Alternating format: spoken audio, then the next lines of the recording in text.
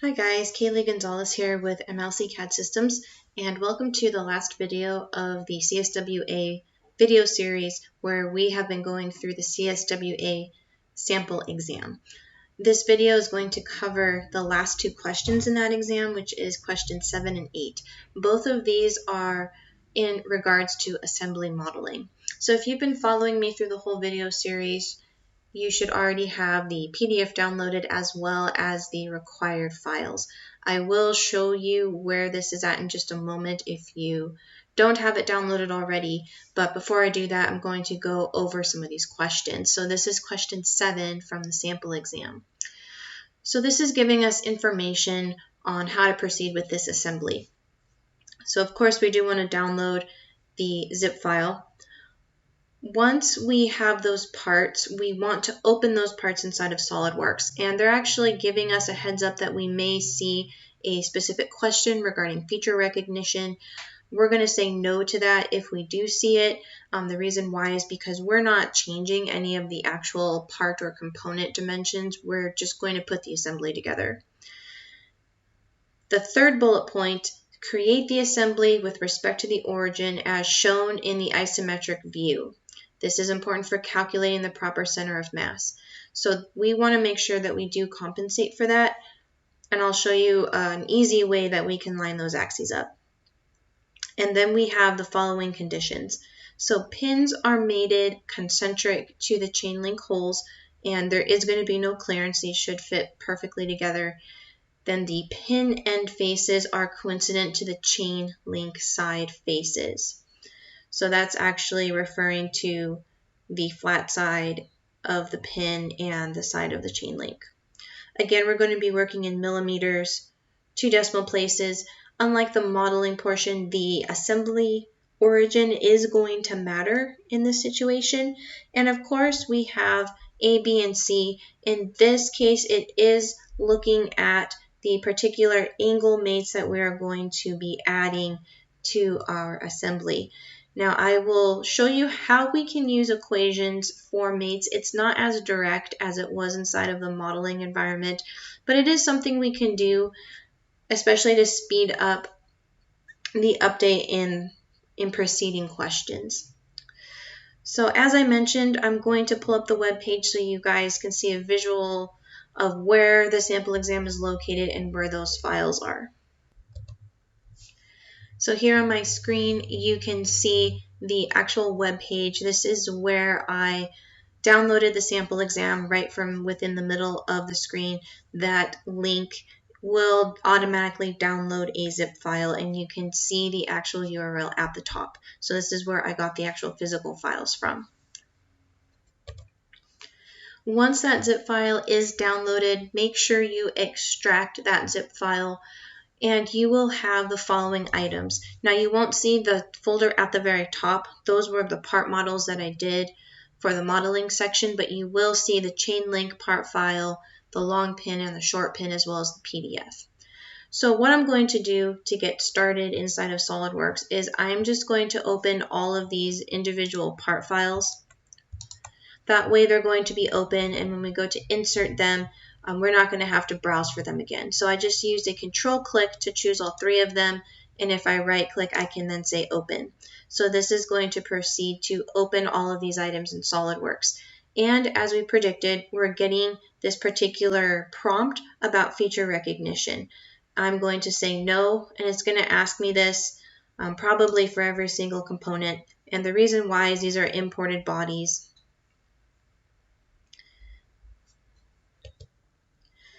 And so I'm going to click no through all 3 of those. And we should have all 3 of our items already open. So I'm going to have my long pin, my short pin, and then my actual chain links. So from here, I'm going to go ahead and go under my new icon and say make assembly from part / assembly. And again, this is going to prompt me for my template. Whichever template you use, please make sure that it is using millimeters. If it's not, your actual mass properties and center of mass in this situation is going to be off. So what I recommend that you do is notice that when I move my cursor immediately over my assembly origin, I get a different icon next to my cursor. That's the icon that you want to see. That's going to match up the XYZ coordinates with that of the assembly and line up that origin. So here, if I view this in an isometric view, we can see that it does correlate with the X, Y, and Z location that was inside of my PDF. So from here, I'm going to go ahead and start adding in my 4 chain link. So I'm going to go under Insert Component, and I'm going to click on this little push pin, and then if you click Chain Link, what this allows you to do is you can enter 4 components at the same time. So again, this is something that's nice to know about because it'll just save you time from having to go to insert components with every individual item. I'm going to go ahead and open up my mate feature. I'm going to go ahead and leave this open throughout most of this particular example. I do like using shortcuts, but I often find that if I have mates that flip on me, I need to reopen this property manager anyway, so I'm just going to leave it open. So from here, I'm going to start creating some of my mates. So I'm going to start with my concentric mate, and again, following the instructions that they've provided. Now, one thing that I am going to do is right now we can actually see that this can rotate. We really don't want it to be able to do that because as we make additional mates on top of this, you're going to run into more instances of mates flipping on you. So what I'm going to do is I'm going to take the front plane of my assembly and one of these internal faces, it doesn't matter which one, and I'm just going to say I want those to be parallel.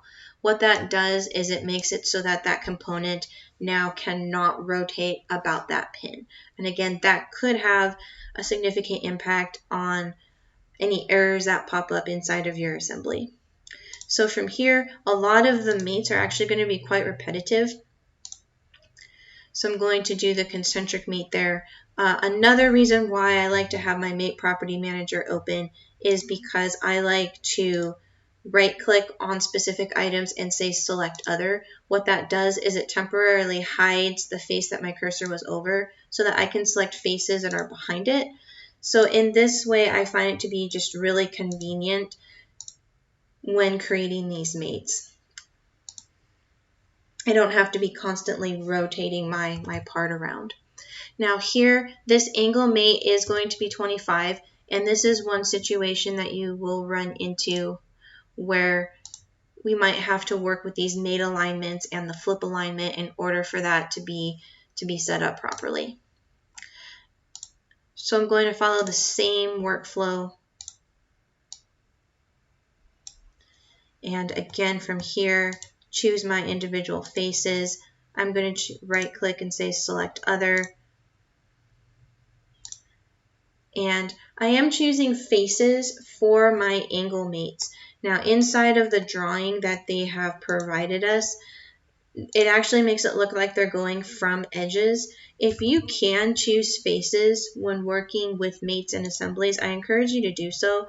The reason why is because it does decrease how much mates can flip on you. So I am going to be diligent about that and use faces for mates instead of using those edges whenever I can.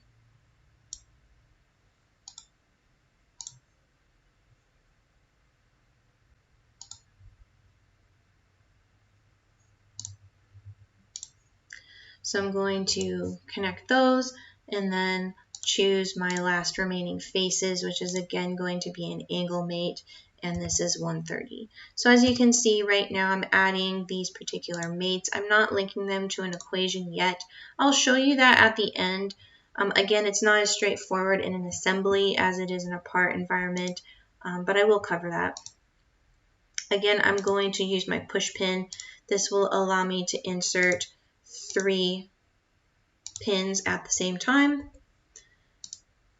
And again, from here, we're going to run into some repetitive mates. Another alternative that you could have as opposed to bringing all of these individual items in is you could use copy with mates. That's a separate feature. The only reason why I'm not using that is because I'm trying to stay within the functionality that you would have based on a regular SolidWorks Essentials class. And I know that I typically don't cover that in a class. So I'm just sticking to functionality that I know everyone would have. But the copy with mates would also allow you to streamline this a little bit. As a side note, you can hold down Control and then hold down your left mouse button and move an instance of a component off of another existing instance. I use that quite frequently, again, so I don't have to go under Insert Component and browse for a lot of items. And then here I'm using my shortcut.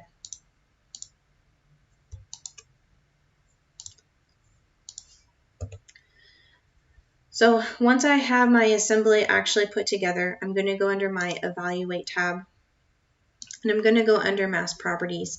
And what we're looking at here is the center of mass.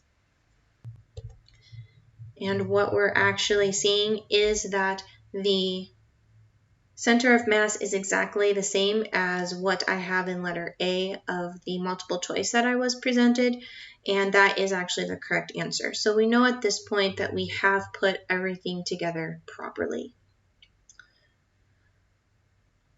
I'm going to close my mass property. So that was actually question number 7. I'm going to bring up the question for question number 8, and then we're going to proceed with that because it's going to build off of this last item. So this is what we're going to be doing in question number 8. So we want to modify the assembly that we just created, and we're going to use the same assembly. We're not going to change any of the existing mates, but we do want to change the values for A, B, and C, and those are all of our angled mates. So this is where I'm going to show you a couple ways that you can go in and change these. Now, being a sample exam, this is the last question, but you may have additional modifications to make on the actual exam. So keeping that in mind, I'm going to show you the equations as well. So what I'm going to do is I'm going to go into my equations dialog box. So the equations dialog box is going to look the same as it did inside of the part environment. And I'm going to add the information for question 8. So A will be 30, B is going to be 115, and then C will be 135.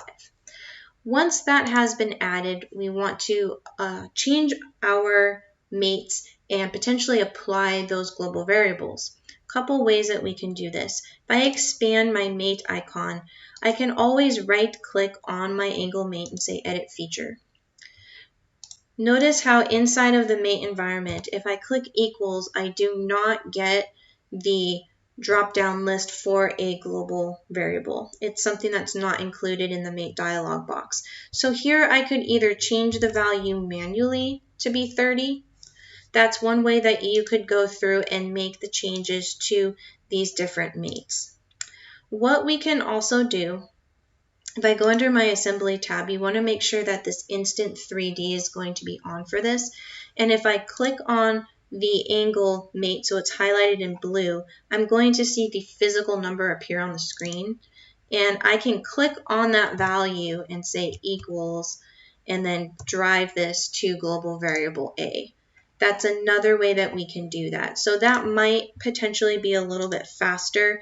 Just really depends on what you want to do. So again, here I can go to global variable B, which is going to be that 115 value, and then go to my last angle mate, double click on the value, and drive that to C. So this would be a way that you could use global variables. If you look over on the left side of my screen under my mates tab, I see several items as far as the stop and go light. That means I just have to rebuild. That's because I added those mates in. So once I rebuild my assembly, I'm going to go back into my Evaluate tab and take a look at my mass property. And what we can see here is that my center of mass that we're looking at is identical to what is inside the answer key.